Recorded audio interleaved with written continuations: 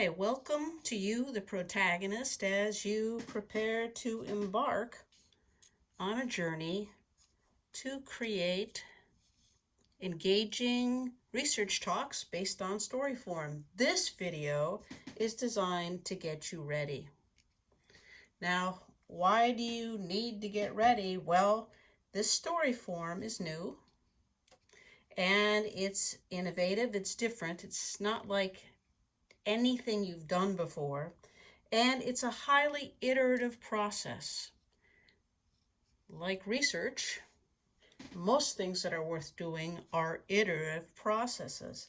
However, sometimes in an iterative process, it feels like you're making mistakes, which you aren't. It's just part of the process. But that sometimes causes frustration and consternation. So I found that one of the best ways to help people learn things that are new to them is to let them know what's ahead of them and also what is needed. So our question for this video is, what do you need to get ready to follow the story form method in the subsequent videos when you actually craft your own research talk? The first category of answers has to do with your perspective, your attitude. And because this is an iterative process, it's really helpful if you can be flexible, if you can be playful, and if you muster the perseverance and resilience to move on through this no matter what. And because sometimes there are times when you'll feel a little confused or frustrated, it's also nice, good, if you bring along a sense of humor. Okay, what's next? Well, the next classification of things you need are physical, they're material. You'll need a printer or something so that you can print off this template, and that you can print off the little sheet that came along with it that has a lot of squares.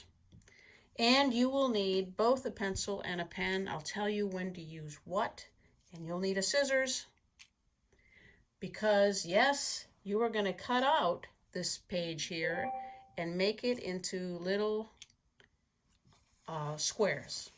And yes, you will use those squares to create icons like I've been doing.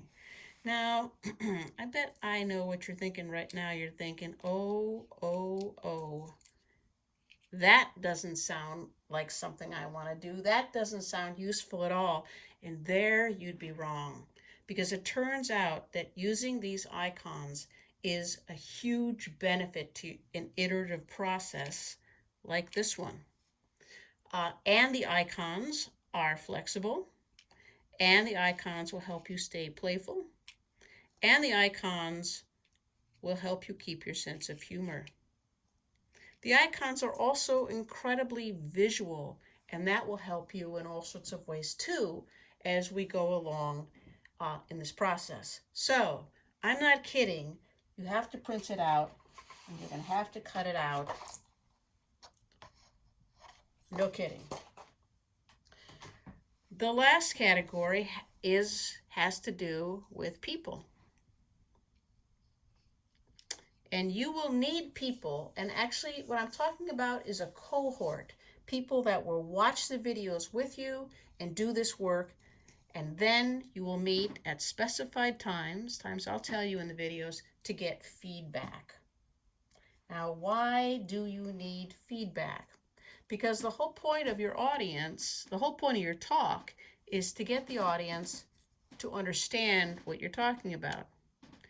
And there is no way that we can tell what someone else, how they react, or if they understand what we're saying, unless we check in with them and ask them what they think, get feedback. And I will supply you a rubric to do this. So the ideal way to do these videos, to work through them, is sort of like a book club, to work through things and then meet at specified times, either in person or virtually, to give each other feedback.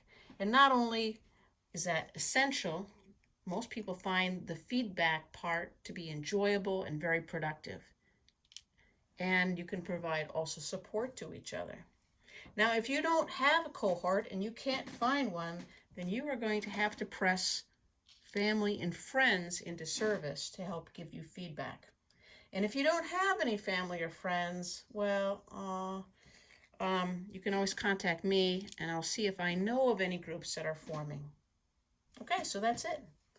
You are now ready